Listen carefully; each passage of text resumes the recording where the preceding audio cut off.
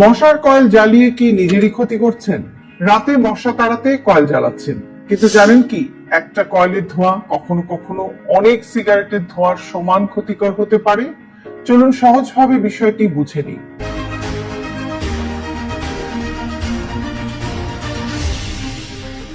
মশার কয়েলে কি থাকে?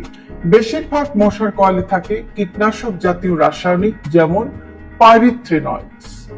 এগুলো মশা মারতে কার্যকর হলেও দীর্ঘ সময় শ্বাসের সাথে শরীরে গেলে সমস্যা হতে পারে। কয়েলের ধোঁয়া থেকে কি সমস্যা হতে পারে? শ্বাসতন্ত্রের সমস্যা। কয়েলের ধোঁয়া নিয়মিত শ্বাসের সাথে গেলে কাশি, শ্বাসকষ্ট, চোখ জ্বালা ইত্যাদি হতে পারে। বিশেষ করে আমাদের যাদের অ্যাজমার সমস্যা আছে তাদের জন্য এটা খুবই ক্ষতিকর। ঘরের বাতাস দূষিত হয়। বন্ধ ঘরে কয়েল জ্বালালে ধোঁয়া জমে গিয়ে ঘরের বাতাস দূষিত হয়ে যায়।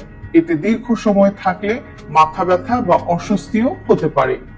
শিশু এবং বয়স্কদের ঝুঁকি একটু বেশি। শিশু, বয়স্ক এবং শ্বাসকষ্টের রোগীদের ক্ষেত্রে কয়েলের ধোঁয়া বেশি ক্ষতিকর হতে পারে।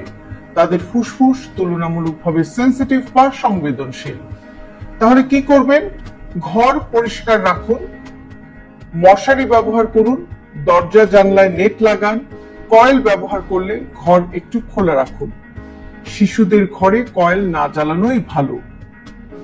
সহজ কথা হচ্ছে, মশা থেকে বাঁচা জরুরি, কিন্তু সেই জন্য এমন কিছু ব্যবহার করা উচিত না যা নিজের স্বাস্থ্যেরই ক্ষতি করে। সুতরাং মশা নিয়ন্ত্রণে নিরাপদ উপায় বেছে নেওয়াই ভালো। আপনি কি নিয়মিত মশার কয়েল ব্যবহার করেন? কয়েল না স্প্রে, আপনার মতে কোনটা ভালো? এমন স্বাস্থ্য সচেতনতার তথ্য পেতে আমাদের এই পেজটি ফলো করুন। সুস্থ থাকুন, সচেতন থাকুন, আমাদের সাথেই থাকুন।